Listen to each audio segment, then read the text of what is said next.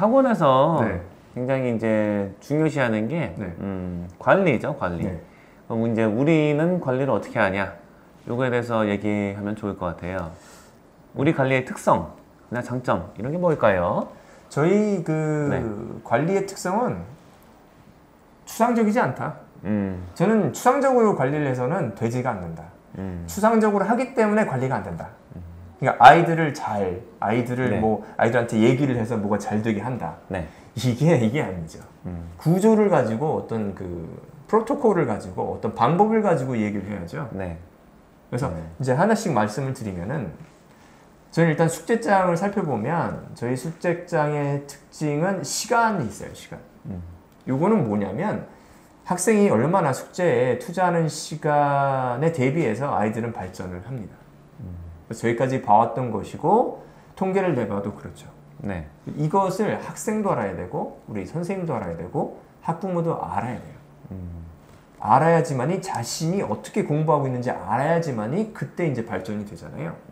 뭐 이걸 메타인지라고 하기도 하고. 그렇죠. 근데 메타인지가 좋은 학생들이 통계적으로 봤을 때 메타인지가 좋을수록 성적이 잘 나오죠. 그렇죠. 그러면 이 메타인지를 가르쳐야죠. 아이들한테. 이것이 어떻게 유용하다. 그걸 어떻게 그냥 말로 해서는 안 되고 행동을 하게 만드는 거죠. 그래서 스스로 몇 시간 공부하는지 그걸 쓰게 하는 거죠. 네. 그리고 요거를 또 선생님이 보면 요걸 좀 가끔 가다 보면 허구로 쓰는 아이들이 있습니다. 근데 요거는 이제 수업을 하다 보면 알죠. 야, 네가 이만큼 시간을 투자했는데 이렇게밖에 못할 리가 없어. 이렇게 한두 마디 얘기를 나누면 또 진실이 나오게 됩니다. 네. 예. 처음엔 안 나와도 학원의 특성상 여기는 뭐 좀 이상한 얘기를 하면 계속 따지고 뭐가 자꾸 기록이 되는구나 하고 진실 얘기하게 되죠. 네. 저희 데이터 관리의 특성이 요거는 이제 전 다른 학원에서 본 적이 없는데 이 학생이 연간 이 파트에 얼마 시간을 투자했는지가 집계가 다 되죠. 네. 예, 단어 암기에 얼마 시간 투자했고 뭐 리딩 하는데 그래머 하는데 얼마 시간 투자했는지 다 나오죠. 그래서 뭐 1년 동안의 단어 시험 성적 평균 이게 다 나오니까 이게 뭐 학업적 추이를 보기가 객관화시키기가 굉장히 좋다. 이 객관화했을 때 학생들도 그렇고 지도자도 그렇고 이거에 대해서 대응할 수가 있다. 이게 굉장히 장점이라고 생각해요. 예. 발전 추이를 알아볼 때 이게 학습에 투자한 시간만큼 좋은 게 없어요. 이게 가장 훌륭한 척도다 저는 이렇게 생각을 하고요. 그래서 집중을 해서 공부하는 시간을 알려주고 늘리는 방향으로 요걸 이제 쓰는 게 좋다 이렇게 생각을 합니다. 네. 그 다음에 저희 이제 특징이 뭐냐면 피드백이 중요하죠. 피드백은 단지 학생뿐만 아니라 부모님들한테도 가야 되는 게 당연하죠. 맞아요. 그래서 저희는 여기 문자가 매일매일 수업이 있을 때마다 수업이 끝나고 학생이 어떻게 했는지 숙제는 잘 해왔는지 그리고 수업은 잘 들었는지 그리고 수업할 때 시험 본 거라든가 단어 시험 점수를 기입을 해서 매일매일 문자를 이제 드리게 됩니다. 여기서 학생 입장에서 중요한 거는 문자가 간다는 걸 아는 게 중요한 거예요. 학원에 오는 목적은 자극을 받기 위해서 적당한 자극을 통해서 학습 효율을 높이는데 이게 큰 역할을 합니다. 나만 아는 게 아니라 부모님도 알아. 시험을 보면 다 알게 돼. 그러니까는 시험 볼 때도 열심히 하고 시험 준비도 열심히 하게 되는 것이죠. 학업 관리에 있어서 이제 성적표 같은 게 중요한데 우리 학원의 성적표는 어떤가요? 정말로 꼼꼼해요. 이렇게 꼼꼼한 성적표는 없다. 그래요? 그 뭐가 들어가 있죠? 성적표. 일단은 공부한 시간. 영역별로 다 들어가 있죠. 학원에서 남아서 공부한 시간 들어가 있죠. 그거를 시스템을 통해서 기입을 하게 돼 있죠. 그렇죠. 조교 선생님들이 굉장히 힘들어하는데 다 기입을 하게끔 돼 있어요. 그렇죠. 그리고 학원에서 본 모든 시험 다 기입하게 돼 있어요.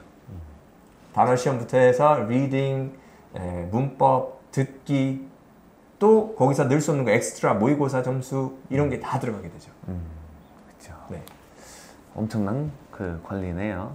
그래서 요거가 상당히 손이 많이 가요.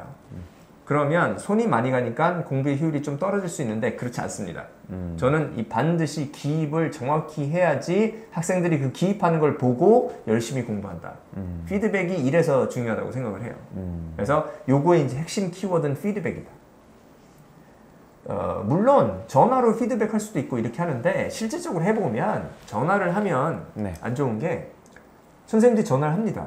그럼 어머님이 뭔가를 말씀을 하잖아요. 그거에 맞춰서 자꾸 스토리를 바꿔요.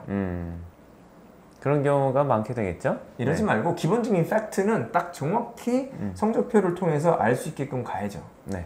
그리고 또 성적표가 어떤 역할을 하냐면 선생님들이 뭔가를 좀 덜 하고 싶어도 안 돼요. 선생님들이 이 커리큘럼의 내용을 좀 바꾸고 싶어도 여기에 정해진 건 다 해야 되는 거죠. 그래서 이렇게 확인이 됩니다. 그래서 이 성적표가 굉장히 그런 측면에서 중요하고 꼼꼼하다. 상담을 전화로 할 때도 있습니다. 문자로 하기에는 좀 부족한. 네. 그럴 때는 직접 이제 전화를 드려서 이제 상담을 하는데 여기서 이제 여기 이제 특이점은 솔직하다. 네, 네. 요거를 좀 말씀드리고 싶어요. 네. 상당히 솔직하죠, 저희가. 솔직하죠. 이게 네. 좀 이제 어색하거나 좀 익숙하지 않은 분도 있으실 것 같아요. 네. 솔직함의 정도가. 그게 이제 상당수의 학원에서 학부모님들이 전화를 할 때마다 뭐 잘하고 있다 네. 이렇게만 말을 해요. 이제 아예 그냥 지어낸 게 아니더라도 긍정적인 측면을 많이 말할 수밖에 없어요. 일반적인 경우에는. 네. 근데 이제 저희는 그거랑 약간 좀 다르다. 네. 예, 그냥 약간은 그냥 솔직하다. 네. 잘하고 있으면 잘하고 있다고 하는데 뭐 이제 개선할 게 있으면은 그 있는 그대로 말을 한다. 네. 이렇게 보시면 될 것 같아요. 예. 이게 뭐 너무 당연하긴 한데 이 당연한 거를 하는 학원들이 거의 없으니까 그러니까 이제 우리가 빛난다 이 와중에 그렇죠. 뭐 이렇게 생각을 해요. 그래서 이런 그 교양들이 있기 때문에 선생님들이 그렇게 진실을 얘기하지 않는 교양들이 있기 때문에 네. 저희가 이제 성적표라든가 이런 걸 정말로 꼼꼼하게 데이터에 근거해서 이제 말씀을 드리게끔 이제 만드는 거죠, 사실상. 네. 시스템 자체로. 그리고 저희가 또 뭐 자주 있는 건 아니지만 저희가 피드백이 중요하다고 생각하기 때문에 저희 이제 피드백 데이라고 있죠. 그래서 요것은 뭐냐면 학생과 선생님 간에 평상시에 이제 말을 나누기 어렵죠. 아이들도 있고 다른 사람도 있고 그런 관계에서 그러지 말고 따로 시간을 잡아서 짧게라도 아이가 공부에 대한 얘기를 쉽게 솔직하게 할 수 있는 그런 시간을 이제 만들어서 실질적으로 아이들에 대해서 겉으로 드러나지 않는 그런 내면적인 것을 파악을 하고 그것을 이제 공부에 활용하는 시간을 갖게 되죠. 네. 이게 뭐 상담소의 학원에서 그런 게 있어요. 원래 상담을 네. 부모님이랑도 하고 네네. 학생이랑도 하는 게 있는데 저는 생각하는 게 제도가 중요하다. 그렇죠. 뭐든지 그냥 뭐 대면하고 상담도 대면하고 뭐 통보도 대면하고 이런 식으로 하면은 네. 이게 말 그대로 체계가 없는 거다. 네네. 제도화를 시켜갖고 이거를 정기적으로 가져가는 게 중요하다고 생각해요. 그렇죠. 우리는 그거를 한다. 그래서 저희 학원 홈페이지에 가면은 네. 아이들이 이제 신청을 할 수가 있어요. 네. 언제 내가 상담을 원한다 해서 이렇게 신청할 수가 있는데 뭐 항상 열려 있는 건 아니지만 그게 가능한 시간대들이 열려 있으면은 거기서 이제 아이들이 누르면은 바로 이제 선생님이랑 1대1로 상담할 수가 있는 거예요. 제도적으로 열려 있는 게 중요하다 생각하는데 우리는 그거를 한다. 네. 예, 예. 그러면은 저희가 그 외적인 여러 가지 그 내용들이 있잖아요. 네네. 수업 횟수라든가 이런 곳은 이제 어떻게 진행되죠? 수업 횟수는 일주일에 저희는 2번씩 수업을 해요. 그렇죠. 그래서 월요일 수업을 오는 애들은 금요일 이 같이 오는 세트고요. 네. 월금 이렇게 같이 오는 거고요. 그게 아니면 이제 화목 이렇게 오는 거고요. 네네. 저희가 수요일과 토요일은 정규 수업은 없어요. 네. 일반적으로. 그 수요일, 토요일은 아이들한테 피드백을 주기 위해서 할애가 되는 시간이다. 그렇죠. 예, 이렇게 보시면 됩니다. 그리고 뭐 수업 시간 같은 거는 궁금하실 텐데 한 번에 왔을 때 2시간 반씩 수업을 해요. 네. 학기 중에는. 그렇고 이제 방학 중에는 3시간 반 이 정도를 보통 수업을 합니다. 예. 똑같이 일주일에 2번 오고 3시간 반씩 수업을 한다. 보통 이렇게 알고 계시면 되고요. 그리고 이제 뭐 내신 같은 것도 이제 궁금해 하실 텐데, 내신은 뭐 교과서끼리 묶어서 진행이 되고요.